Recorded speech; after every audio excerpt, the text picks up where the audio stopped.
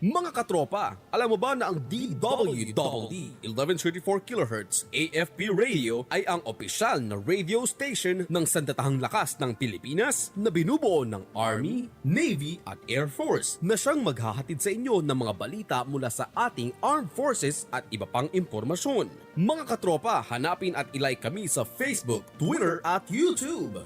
DWDD AFP Radio, ang boses ng Kawal Pilipino.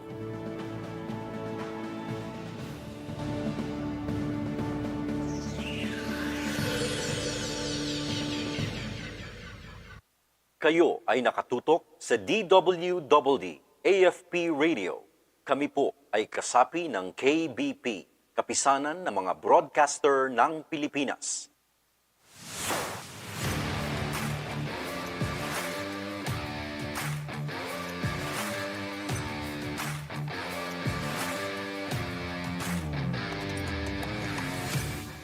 Ngayong Sabado sa ang inyong kawal, ating tuklasin ang buhay ng kadeteng sumasailalim sa Reserve Officers Training Corps bilang paggunita ng National Reservist Month na may temang Empowering Our Future Leaders and Defenders for a Better Tomorrow.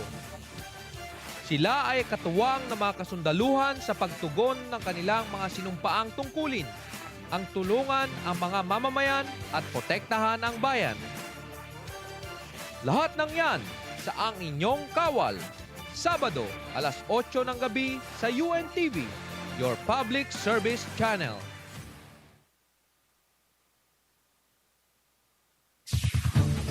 Ito ang DWDD 1134 kHz AM.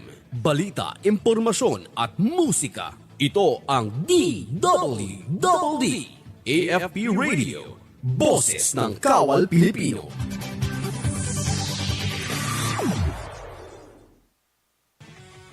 Mga katropa, para lagi kang updated sa inyong sandatahang lakas ng Pilipinas, siguraduhin naka-like at follow ka sa AFP Radio DWDD Facebook page at nakatune in sa 1134 kHz AFP DWDD. Panoorin ang weekly documentary program ng AFP Radio na Ang Inyong Kawal, Sabado alas 8 ng gabi. Simulcast po ito sa inyong Kawal Facebook at YouTube channel. And keep up the good work sa team. Ayan, Media and Civil Affairs Group, CRS-AFP, maraming salamat po sa inyo.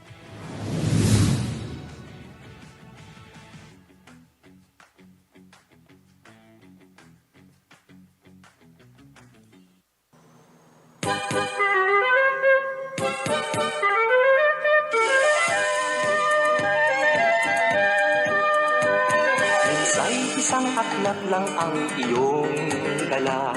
Minsay wala naman pero papasok pa. Kahit anong mangyari ay tuloy-tuloy ka lang. Basta't kaming mayroong natututunan. Good afternoon, mga katropa. Welcome to Voice of the Teachers Radio, the only program for teachers, by teachers, and with teachers. Sitting on behalf of Dr. Ray Samson, our perpetual main anchor, and our executive director and co-main anchor, Katropang Bobby Ancheta, this is your Katropang Jet Ramos. And with me today is my forever partner whom I miss so dearly. Walang iba kundi si... Katropang Manilyn-Tilde. Good afternoon, Teacher Jet. Katropang Manilyn, good afternoon din sa iyo. Abay, kumusta ka na How are ngayon? you, Teacher Jet? How's school? Ayun, okay naman. At ikaw, kumusta? Ikaw ang inaalala ko. I'm great. I'm good, Teacher Jet. Actually, very busy sa school. Actually, last month was really busy for me since I am our school's GAD coordinator, and there are a lot of activities for the Women's Month. Pero ganun pa man, of course, very happy and very fulfilling, syempre, pag may mga activities tayo na na-accomplish sa school. Ayan. Totoo yan. And kami naman ay ongoing aming 10th anniversary events sa Paranaque City College. Pagbati po sa college administrator namin si Dr. Alejandra Magnaya at saka sa lahat ng bumubuo ng PCC, and syempre lalong-lalo na sa ating Dean ng Office of Student Affairs and Services, Dr. Gigi Serrano, and our Student Development Head, si Miss Aiza Serrano Oreta. Yes, ako lang naman faculty advisor ng school paper. So, and syempre pagbati sa dalawang bossings ko. Syempre, papasalamat ako sa suporta at saka sa motivation. And of course, sa aming mga colleagues and of course, students. Hello sa inyo. Ayan, good afternoon po sa lahat. Ayan, madagdag ko lang, Teacher Jet, no? If ma-share ko na lang din. So if last month, no, ang sinelebrate natin, of course, we celebrated National Women's Month. This month of April is Autism Acceptance Month, okay, which is sometimes referred to as Autism Awareness Month, though pinalitan natin yung awareness to acceptance. Ayan. Yes. Of course, the main goal of this recognition is to increase awareness and advocate awareness in school community and in our society. Kaya yan. Totoo ka. At kailangan nating yakapin ang mga taong may autism because they are differently abled and they're brighter than us and they know a lot of things. Yes. We can't call them disadvantaged because they have so many advantages that we haven't tapped into yet. Diba? Yes, of course. And of course, Teacher Jet, syempre hindi natin pwedeng kalimutan. Good afternoon sa ating mga viewers ng Facebook Live, AFP DWDD PRS Virtual RTV. Good afternoon sa inyo. At napapakinggan din po tayo sa DWDD AFP Radio 1134 kHz AM station. At marami tayo pag-uusapan ngayong araw na ito. Yes. True. Yes, sa inyo, anong inyong tatalakayin sa araw na ito? Yes, for this month episode of Oh My God, we're going to talk about the significance of women's empowerment in connection to National Women's Month. Ayan, so of course, we're going to talk about women empowerment. Basta yun, marami tayong pag-uusapan mamaya. How about you, Teacher Jet? Anong pag-uusapan natin mamaya? Ayun, sa atin naman ay for the very first time ay tatalakayin ang tungkol sa Tara Basa program sa konteksto ng lungsod ng Parañaque. And ang ating focal person for Parañaque ay ang ating guest for today. Much awaited ang episode na ito. Yan. At pag-aabangan talaga natin yan mamaya. Ay oo, walang duda. And bago tayo makalimot ay ating babatiin po ang ating mga AFP leaders sa pangunguna ni AFP Chief of Staff General Romeo S. Browner Jr. at saka ang ating CRS Commander na si Major General Ramon P. Sagala, also of the Philippine Army, kagaya ni General Browner Jr. And higit sa lahat po, ang ating spokesperson ng AFP na siya ring DWDD Station Manager at pinuno ng Media and Civil Affairs Group or MCAG. At siya ay kauna-unahan na female spokesperson ng AFP. Kaya ito'y isang karangalang hindi may tatanggi at dapat talagang ipagbunyi. Wala pong iba kundi si Colonel Francel Margaret Padilla, ang ating bagong station manager. And sa lahat ng bumubuo po ng DWDD sa technical department, tapos sa ating news and production departments, and lahat ng mga co-host, mga kapwa broadcaster, at mga staff ng MCAG, mga katropa, pagbati po mula sa amin dito sa Voice of the Teachers Radio. And higit sa lahat, nako, salamat sa pagpapaalala sa akin. Ang ating mga viewers and listeners na walang sawang umaagapay at tumutugay-gay sa ating palatuntunan sa hapong ito. Pagbati po mula rito sa aming grupo. So let's start now, Teacher Jet. Yes, and ating sisimulan po ang ating mga diskusyon.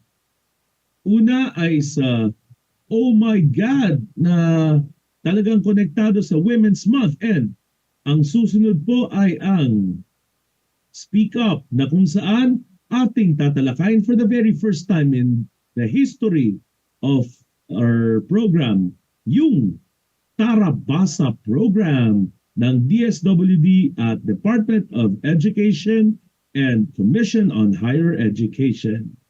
Break a leg, Katropang Manilyn! Good afternoon, mga katropa. Welcome to another episode of Oh My God with yours truly, Katropang Manilyn-Tilde. This program aims to promote gender awareness and other GAD-related issues. Today is an extension of our Women's Month celebration in educational perspective, focusing on women empowerment. As defined by the World Vision, women empowerment is about promoting women's sense of self-worth, their ability to determine their own choices, and their right to influence social change for themselves and others. It is closely aligned with female empowerment, which is a fundamental human right that's also a key to achieving a more peaceful, prosperous world. It involves increasing their access to resources, opportunities, and rights, as well as challenging and changing the structures and norms that perpetuate gender inequality. There are different aspects of women empowerment, and this includes economic empowerment, political empowerment, social empowerment, and legal empowerment, and last is the educational empowerment. First is economic empowerment of women. This involves ensuring women have equal access to economic resources, including employment opportunities, education, financial services, and property rights. Closing the gender pay gap, promoting women's entrepreneurship, and providing access to vocational training are some strategies for economic empowerment. Political empowerment of women focuses on increasing women's participation and representation in decision-making processes at all levels of society. This includes government, politics, and community leadership. This can involve measures such as affirmative action policies, quotas for women in elected bodies, and support for women's political leadership, and training as well.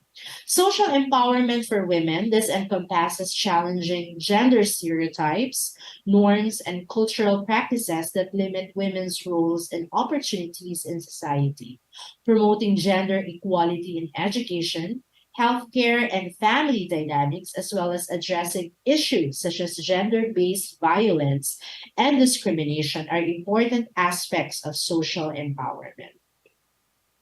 Legal empowerment of women. This involves ensuring that women have equal rights and protections under the law, including laws related to marriage, inheritance, and property rights. It also includes efforts to enforce existing laws and policies that promote gender equality and address discrimination and violence against women. Educational empowerment. This is about education. Education is a fundamental tool for women's empowerment as it provides them with knowledge, skills, and opportunities for personal and professional growth. Ensuring equal access to quality education for girls and women, as well as promoting education to gender equality and women's rights, are critical for educational empowerment. But overall, women empowerment is essential for achieving gender equality and sustainable development, as it benefits not only women themselves, but also their families, communities, and societies as a whole. By empowering women, we can unlock their full potential and contribute to building a more just, inclusive, and prosperous world. Now, let's take a look back at the episode Women Empowerment and Gender Equality in Workplace, discussed by Maria Jocelyn Alvarion, Managing Director and Chief Organizational Development Consultant of Great Learnings and Beyond and Mrs. Tourism Universe 2019. Doc G, good afternoon to you. It's an honor to have you here today. I know you're very busy. Yes, you're very busy. You're a very busy person, but still you're here with us this afternoon. Of course, our viewers and listeners are very excited to learn new concepts about GAD, particularly women empowerment and gender equality. It's a pleasure back here in Voice of the Teachers. Good afternoon, Teacher Manilyn, and thank you for inviting me. Good afternoon also to our fellow Katropang who are watching us right now. And thank you for inviting me for this particular topic, which is about women empowerment in an organizational context. Yeah, Doc G. First, how do we define women empowerment, or when do we say that a woman is empowered? All right.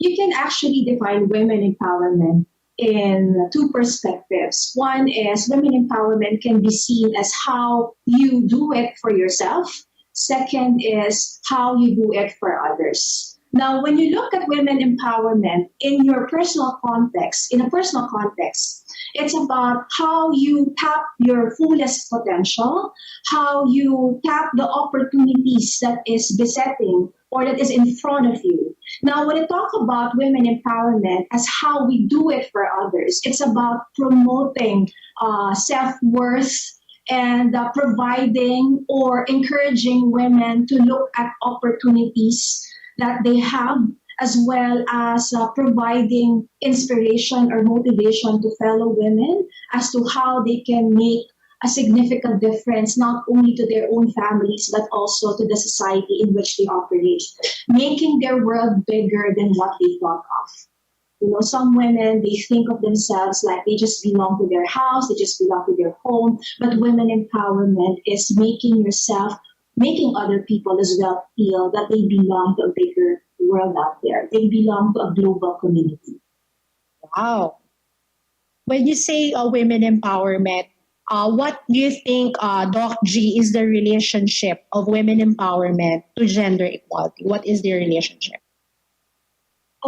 Okay, when you talk about gender equality, from the word itself, you are providing equal opportunities regardless of the gender preference. So regardless of what preference that person may have, whether that person is a woman, a man, or what have you, you are providing that opportunity to that person. And as we go along, I will be sharing some tips on how we can actually embed that in the workplace and how we can help people be empowered regardless of their gender preferences. And gender equality as well as women empowerment, actually it goes hand in hand. You cannot say that there's gender equality if you're not also going to empower women. And there are some nations that like I will not like for example in Pakistan. Okay, there are some nations like Pakistan that they consider feminism or women empowerment as already gender equality. Because the concept of women empowerment is so strong in their nation. That's why when you talk about women empowerment in their country, it's already synonymous to gender equality. And that practice actually differs from one nation to the other. Like here in our country, we are already seeing some organizations practicing women empowerment very effectively. And at the same time, we can delineate the difference of what gender equality is all about and what women empowerment is all about. Okay, gender equality is actually part of the Sustainable Development Goals promulgated in order to ensure that there is sustainable growth in every nation across the globe. Wow. So there. Yes. My next question, Doc Gino, maybe this will be based on your experience as an organizational consultant, as an organizational leader, no? And educator. So how do you teach women, Doc G, to be empowered? All right. I'd like to answer that question in the context of organization-wide perspective. Being a consultant myself, answer your question in the manner of organization development perspective, which is my main role in the company as a consultant. Usually, whenever we conduct or whenever we do interventions such as women empowerment or gender equality in the workplace, it's important to first assess the current situation, the current level of women empowerment and gender equality in the workplace. There should be sort of organizational climate survey or assessment. All right, it could be through different tools, probably surveys, interviews, or what have you. And then from that point, once you have already assessed the level of equality and empowerment in the workplace, then that is the time you can adopt, or you can, before you even adopt, you can plan out, all right, suggest as well as implement different interventions that could help organizations, okay, promote such advocacies, all right? And human resources, being the department or the group in charge of people, management, and development, they play a huge role in terms of ensuring that there is women empowerment and gender equality in the workplace. And I'm not talking about teaching women empowerment per se. All right, it's not just about teaching them, because if we're just going to teach them the art of empowerment, then we're not going to address the main goal of women empowerment. All right. So there are actually different facets in human resources where we could actually apply those advocacies. Like, for example, from recruitment, having an equal or providing equal opportunities to applicants regardless of their gender. All right, even if it's a C-suite position, we're still providing that equal rights and opportunity regardless if they're women. That is women empowerment. That's promoting women empowerment in the workplace, right?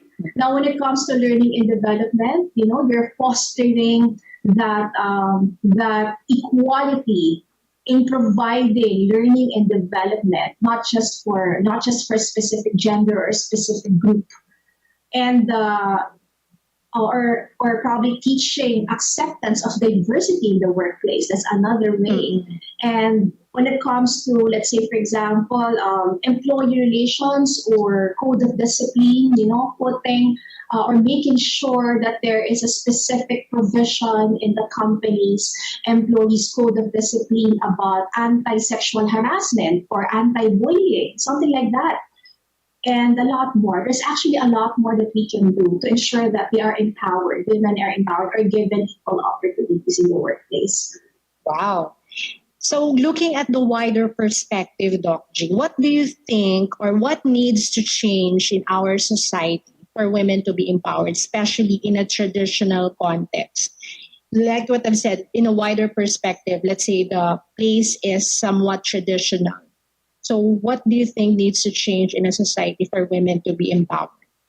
All right. I think the important thing is to change the mindset by means of the culture, reviewing the culture, be it in an organization or group or society or community. Change the culture, making sure that in that culture you embed principles of equality and empowerment. Wow. And when you talk about changing culture, it's not an overnight thing. Yes, it's a process. And there are several interventions that you can put into place, several interventions, activities that you can, you can lay down or put into a roadmap. As consultants, what we do is to even come to the point of defining certain behavioral norms and indicators to just spell out what women empowerment is, for example, or what gender equality is all about. How do you share, or how do you know that there is such practice in that group or organization? wherein they will indicate women empowerment and gender equality as part of their core values, right? But they just define it. It's not properly embedded because they just simply define it. But what people need to know is that what are the behavioral indicators that can make them exhibit such values or such mission of the organization. And Teacher Manilyn, if I may just add, did you know that there's even an organization wherein they indicated women empowerment as part of their performance management perspective or performance management strategy? Wow, that's great. Yes, in rating their employees, like they have this corporate strategy or corporate direction in their performance appraisal, wherein they are mandating or somehow they would like to promote women empowerment by means of ensuring that the organization has the equal ratio of men and women in the C-suite level to ensure that there is equality, right? I think Nissan is practicing that. Nissan company, the car company. Yes, they are practicing that in their performance management system. Wow, that's good to hear. And last question, Doc Gino, what do you think is the role of men in this advocacy, women empowerment? And do you think we need them? We need men in empowering women, or it's just a team of female species working together? Do you think It's we need actually men? a collaborative effort. Of course, we need both them, genders. We need both genders to come into the play. Like, you cannot just have men empower women. It should also be women empowering each other, right? And if we both empower together, there should also be a concept of men empowerment. Yes. There are also female-dominated organizations and female-dominated departments. Like, for example, human resources, it's dominated by women. In academia. In the academia, and there's still stereotypes that women are better when it comes to attention to detail. So I think it should be a balance of both, right? So it should men need women and women need men. Exactly. Yes. I agree with that. Yes. Thank you so much, Doc G, for being with us this afternoon. I'm sure our Katropa viewers and listeners learn a lot. Ako din po, marami ako natutunan today. Ayan. Any parting words, Doc G, for our viewers and listeners? Actually, I am very honored. I just wanted to say thank you to you, Teacher Manilyn, for giving me this platform to, of course, share my experience about organizational development, particularly in the aspect of how we can embed women empowerment and gender equality in the workplace. Now, if our fellow Katropang would like to know more about how we can do it and how we can help you in your organization embed the practices of women empowerment and gender equality, there are several principles actually as defined by the United Nations. There are principles of women empowerment that companies must adopt in order to ensure that it is embedded in the workplace. So if you would like us to help you with that, please call us at 7957-8183. Our area code is 632-7957-8183. And you can also email us at info.glbconsulting@gmail.com. Again, that's info.glbconsulting@gmail.com. You can also check out our website. That's www.greatearningsandbeyond.com. Yes, and also our Facebook page. It's GLB Management Consultancy.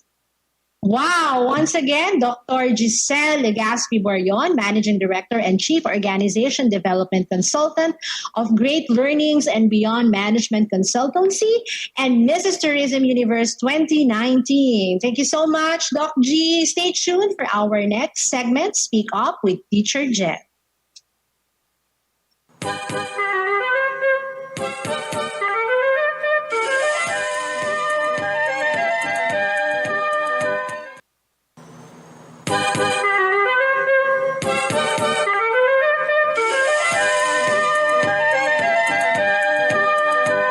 Magandang hapon po sa inyong lahat dito po sa Speak Up segment ng Voice of the Teachers Radio. Ngayon po ay kakapanayamin natin ang ating panauhin para sa Speak Up segment. Para po sa mga hindi pa nakababatid, ang Speak Up segment ay yung segment na tumatalakay sa mga paksa tungkol sa lengguwahe, pagsasaliksik, paggamit nito, at saka sa mga trends and issues related to language teaching, learning, use, and usage. Magandang hapon po sa inyong lahat. Ito po si Katropang Ramos ng Speak Up segment ng Voice of the Teachers Radio. At sa kauna-unahang pagkakataon, mga dear Katropa, ay itatampok natin ang isang advokasya ng ating pamahalaan para ang ating mga kabataan ay matuto na magbasa at magsulat, lalo na mga batang nasa tinatawag na lower socio-economic status. At ang proyektong ito ay tatalakayin po ng ating guest for today, ang aking butihin na Department Head at Dekana ng Institute of Arts, Sciences, Technology, and Education. At siya rin po ang focal person ng Parañaque City para sa Tarabasa, ang tinutukoy po nating proyekto. Ang ating panauhin ngayon ay walang iba kundi si Dr. Maria Glenda M. Mendoza. She is also the Department Head of General Education and also a proud alumnus of PUP sa kursong Bachelor in Business Education. So siya ay makakapanayam natin nang malaman natin ang lahat tungkol sa Tarabasa. Magandang hapon po, Doc Glenda. Batiin po natin ang ating mga katropa ngayon. Katropa, magandang hapon sa inyo lahat. Magandang hapon sa iyo, Foster. At sa lahat ng mga nakikinig. Magandang hapon po. Yeah, kumusta na po kayo, Ma'am Glenda? Pero okay lang, okay. Mainit ang panahon. Pero sige lang, tuloy lang. Ayun, maraming salamat po sa inyong pagpapaunlak sa aming paanyaya po. Tungkol po sa proyekto ng Tarabasa na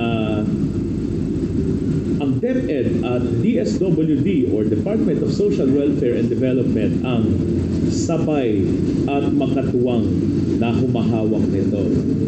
Talakayin niyo po ang inyong role po bilang focal person po ng Tarabasa para po sa kaalaman ng ating mga manonood at tagapakinig.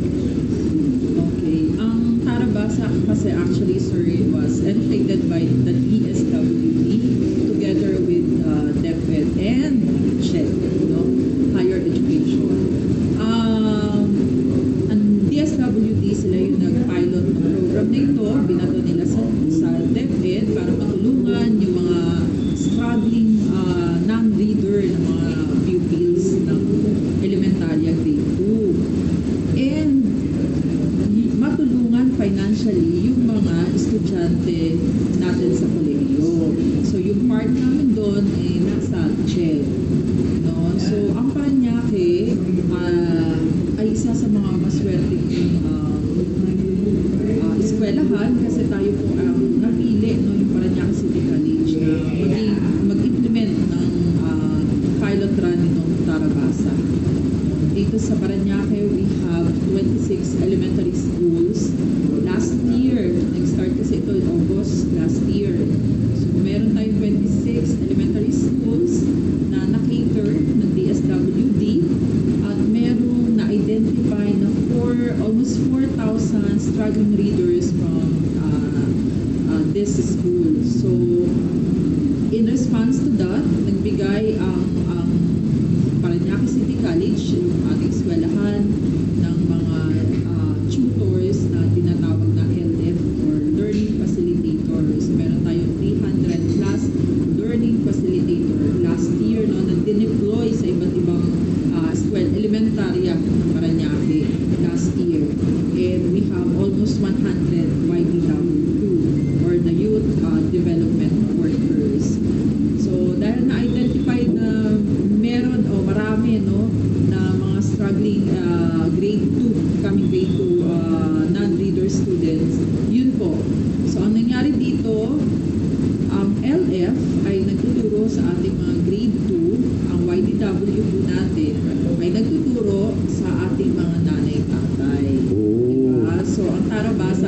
lamang para sa mga elementary pupils.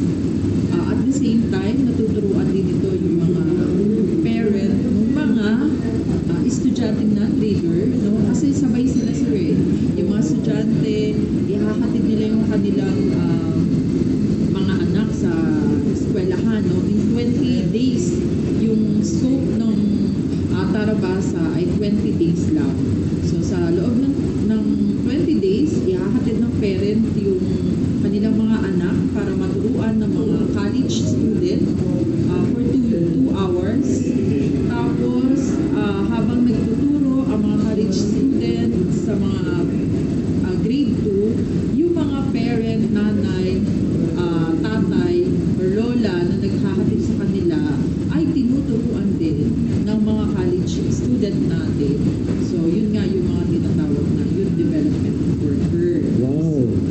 So, sir, hindi lang yan sila natututo, no? Meron itong kaakibat na financial assistance. So, nabibigyan sila yung mga parent na yan ng I think 235 pesos, no, per day na naghahatid sila sa mga students.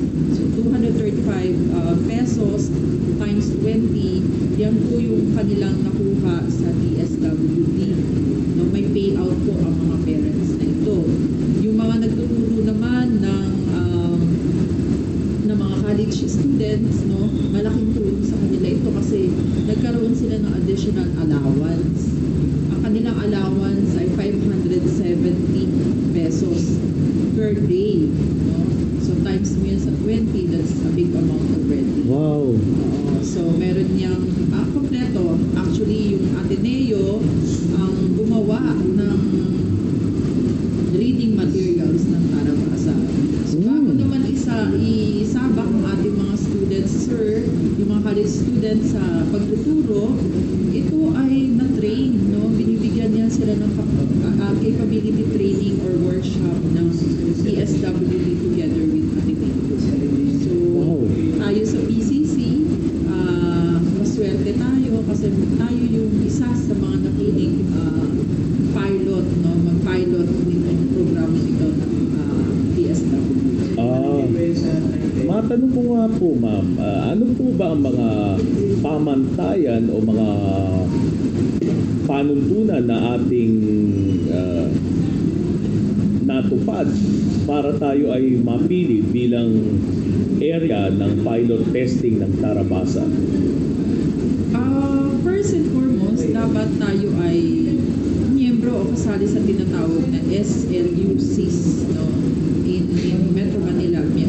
Siyempre tayo ay local college, under tayo ng sa locality ng Paranaque. So yung pala, check na tayo doon, sir. Ating mga kabataan ay pinag-aaral ng gobyerno under ng City Hall. So tulong pinansyal ang binibigay ng DSWD, dinaan nila ito sa mga lokal na colleges, no? And yun po, lahat ng mga state university and local colleges pwedeng mag-implement ng Tarabasa as long as napili kayo ng DSWD. At ano pa po ang mga criteria na dapat i-meet ng mga youth development worker, yung mga estudyante natin, upang sila ay maging bahagi ng Tarabasa program? Unang-una, dapat sila ay kolehiyo, no? Second year, third year, and fourth year. Kumukuha dapat sila ng kursong edukasyon and psychology. Kaya lang sa atin dito sa Paranaque City College, since wala tayong education, binigyan tayo ng pahintulot because na-consider ang ating mga programs dito as allied courses. So, allied programs. Ating mga tutors, kahit sila ay under tourism, ministerial management, and entrepreneurship, sila ay nagkaroon ng pagkakataon na maging bahagi ng Tarabasa dahil marunong naman talaga silang magturo sa mga bata. And na-train po sila ng DSWD. And overwhelming nga, sir, ang ating yung mga papuri sa kanila, no?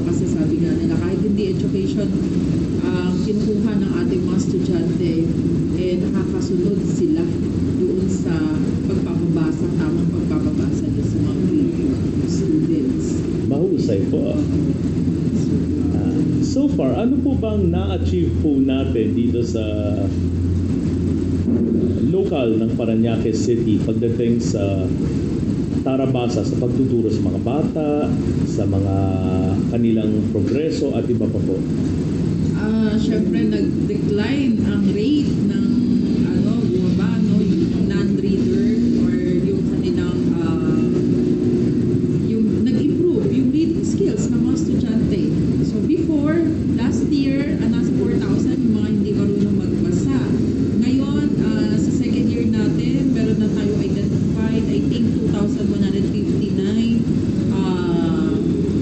non-reader or nasa stage ng struggling reader sa grade 2. So yun yung tuturuan ng mga ating college students. Unfortunately, dahil bumaba nga, so yung demand ng tutors coming from the college sa atin, sa PCC ay bumaba din. So 2,159 lang ang na-identified na non-readers. Kailangan lang natin na i-provide na tutors ay 213 college students and also 43 YDW. So yun po. And kailan po magaganap ang second batch po ng Tarabasa? Dahil I believe this is a long-term program for non-reading children so that they would learn how to develop their literacy skills. Yung 20-day Tarabasa program, second year na natin, ay magaganap on July 1. Wow. 1 to 26 kasi may mga Sabado at Linggo hindi kasama. So dapat ang target talaga nito, sir, ay yung mga walang pasok ang estudyante para nakafocus pati yung mga parents na ihahatid nila ng maayos yung mga kanilang mga bata sa eskwelahan. Ginaganap ang Tarabasa sa mismong school kung saan nag-aaral yung mga estudyante, yung mga grade 2 students. Doon yung ginaganap. And ang ating mga estudyante, sir, naman sa college, dapat ay, syempre, kanina pa nadagdag ko lang, dapat ay, hindi naman kailangan matalino, pero dapat yung pamantayan ng pagiging tutor ay na-meet nila. Yung, at least, wala silang mga bad records sa school. Maganda ang kanilang standing. Oh, yes. At least, syempre, nakapasa sila sa kanilang mga subject, hindi pwedeng may bagsak. At saka priority rin dito yung mga anak ng mga solo parent, yung wala nanay, tatay, so mga orphan. Kinoconsider din yun na para maging YDW. Maganda ho yan.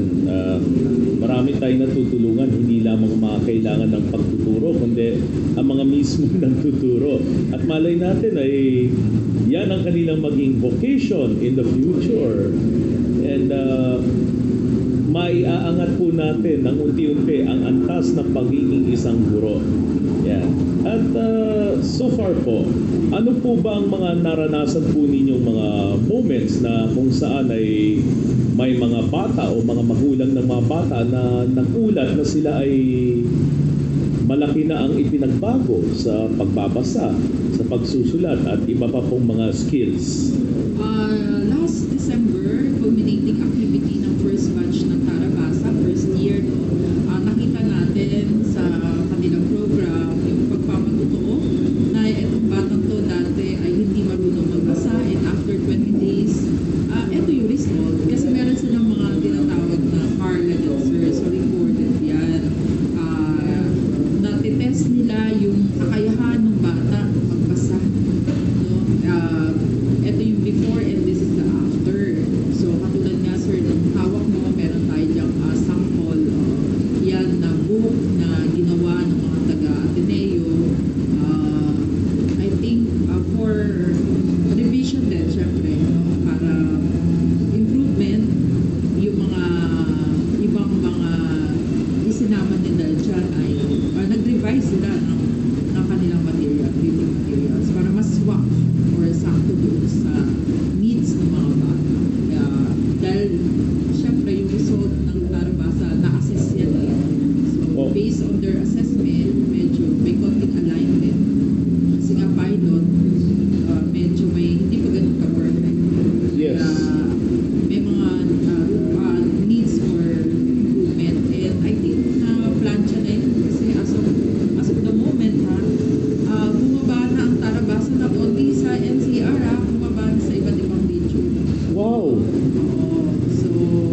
asenso. May mga, sabi mo nga, it's a long-term program ng DSWD and well-budgeted na pinag-contracts.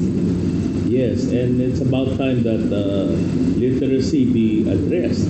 Yung problems related to literacy dahil sa mga early years pa lang, pag hindi po na-address yan, mas lalala po talaga.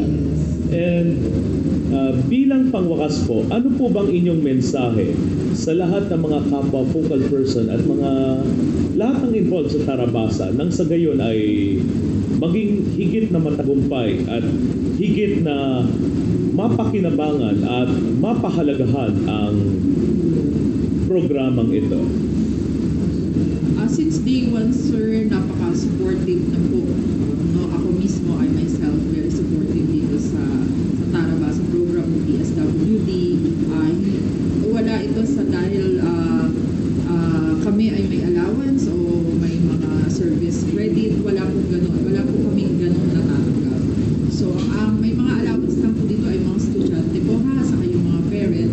Pero ako po yung full support po, evenly, Sabado at Linggo before last year, no, yung mga pag-deliver ng mga materials nila, nire-receive ko even yung mga kaliit-liit ng records ginagawa ko po. Kasi po ako ay naniniwala sa programang ito na this will be the starting point, no, para yun nga, tumaas ang literacy rate ng mga kabataan natin na mabigyan, mailagay sa tama ang pondo ng gobyerno, no, na hindi lang natututo yung mga estudyante kumikita pa.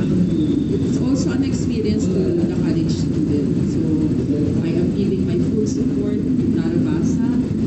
Hanggat merong Tarabasa, nandito na ako, sir, kasi ito ay isang, sabi ko nga, ang pagtuturo ay action. So, gusto ko rin ma-share kung ano yung meron ako. So, sa pamamagitan ng pag-support ko sa Tarabasa, na ipapakita ko yung aking pagmamahal sa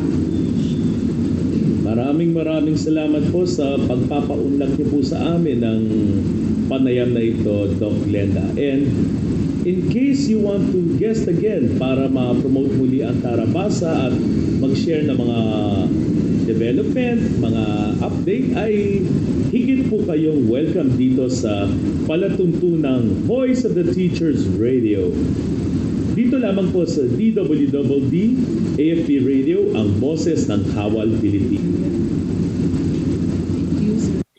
Thank you so much, mga katropa, for being with us this afternoon.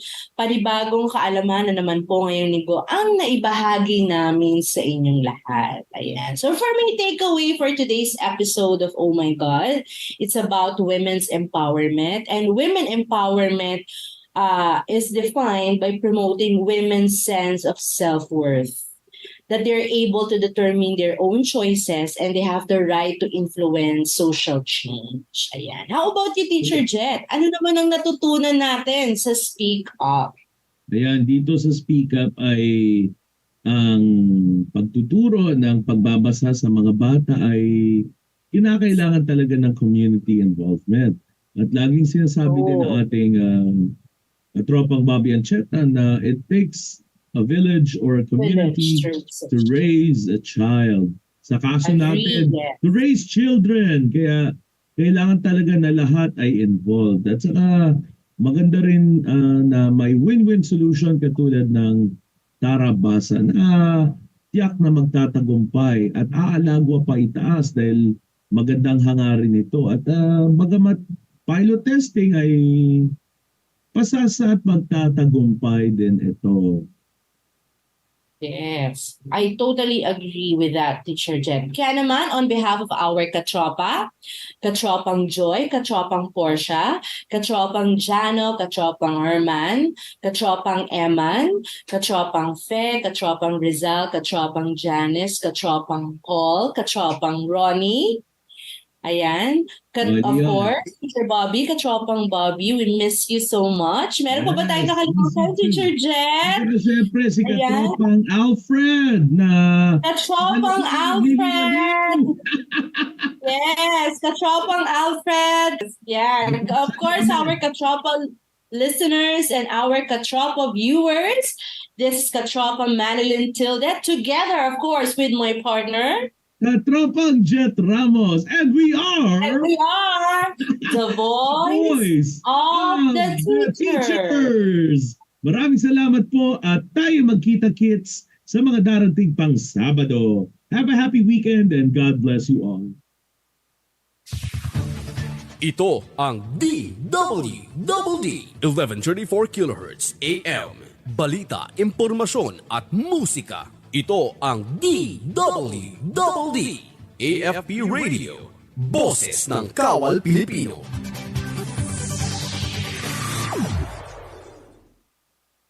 Kayo ay nakatutok sa DWDD AFP Radio. Kami po ay kasapi ng KBP, Kapisanan ng mga